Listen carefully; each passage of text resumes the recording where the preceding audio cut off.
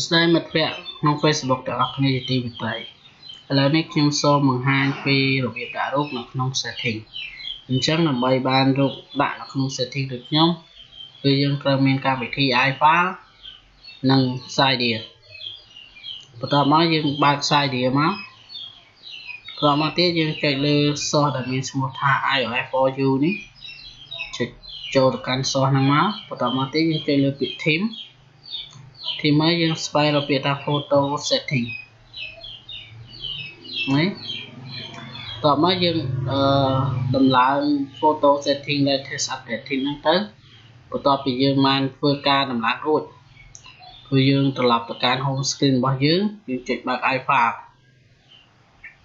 បន្ទាប់មកយើងចុចឡើងរូបសៀវភៅកណ្ដាលគេយើងផ្នែកខាងក្រោម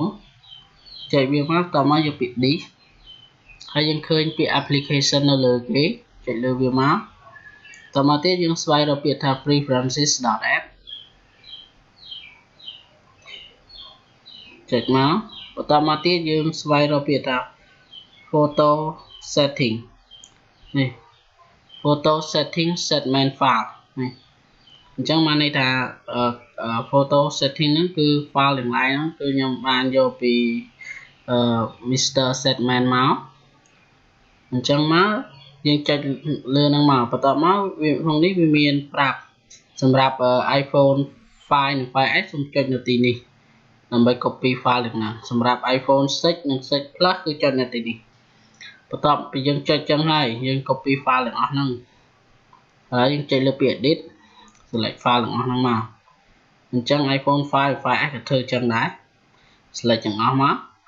បន្ទាប់មកយើងចុចផ្នែកខាងស្ដាំក្រោមគេយើងយកពាក្យថា copy link ដាក់បន្ទាប់មកយើងចុច back មួយទៀតមកបន្ទាប់មកទៀតយើងចុចលើពាក្យ edit ហើយមកផ្នែកខាងក្រោមខាងស្ដាំគេចុចមកយើងយកពាក្យថា pass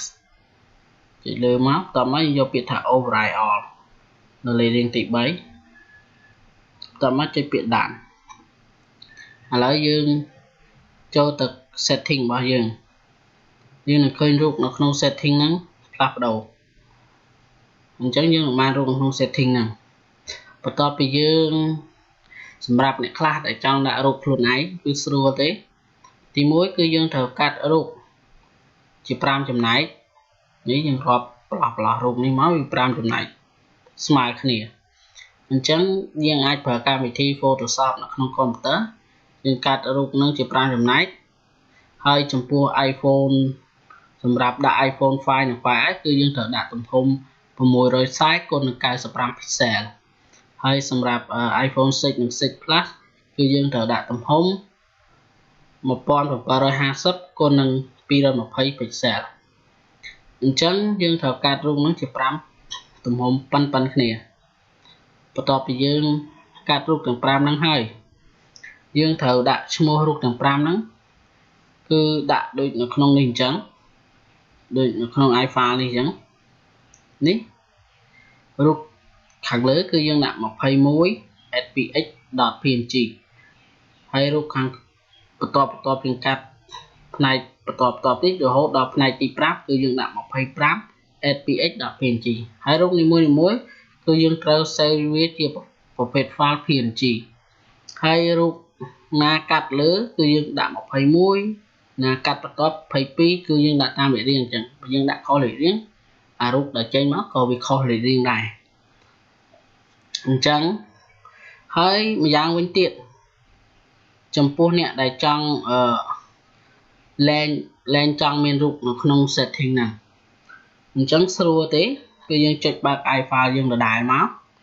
បន្ទាប់មកទៀតយើងបើក iFile គឺយើងចូលកន្លែង preferences.app ហ្នឹងដដែលបន្ទាប់មកទៀតគឺយើងចូលទៅកាន់ setting នេះរកពាក្យ setting.list យើងរកពាក្យ setting.list ហ្នឹងមកនេះបន្ទាប់យើងរកឃើញចុចលើវាមកបន្ទាប់មកយើងចូលពាក្យថា property list viewer នៅលេខរៀងទី2បន្ទាប់មកទៀតយើងឃើញពាក្យ item យើងចុចលើវាមកនេះយើងអាចលុបពីលេខ0ដល់លេខ7បានសម្រាប់អ្នកដែលដំឡើងរបស់ខ្ញុំ ចំពោះអ្នកដែលមានរូបរាង setting ដូចជាខ្ញុំមិញយើងអាចលុបពីលេខ0ដល់លេខ7ហើយបើយើងចង់លុបតែរូបភាពគឺយើងអាចលុបពីលេខ1ដល់លេខ5អាហ្នឹងចំពោះរូបភាពហើយលេខ0ដល់លេខ7នេះគឺលុបfile ដែលផ្នែកខាងលើនេះគឺនេះ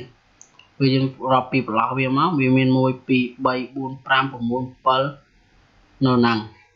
ដល់8អញ្ចឹងពី0ដល់7វាមាន8ឡាញរបស់វាអញ្ចឹងយើងលុបស្រួលទេយើងគ្រាន់តែអូសវាមក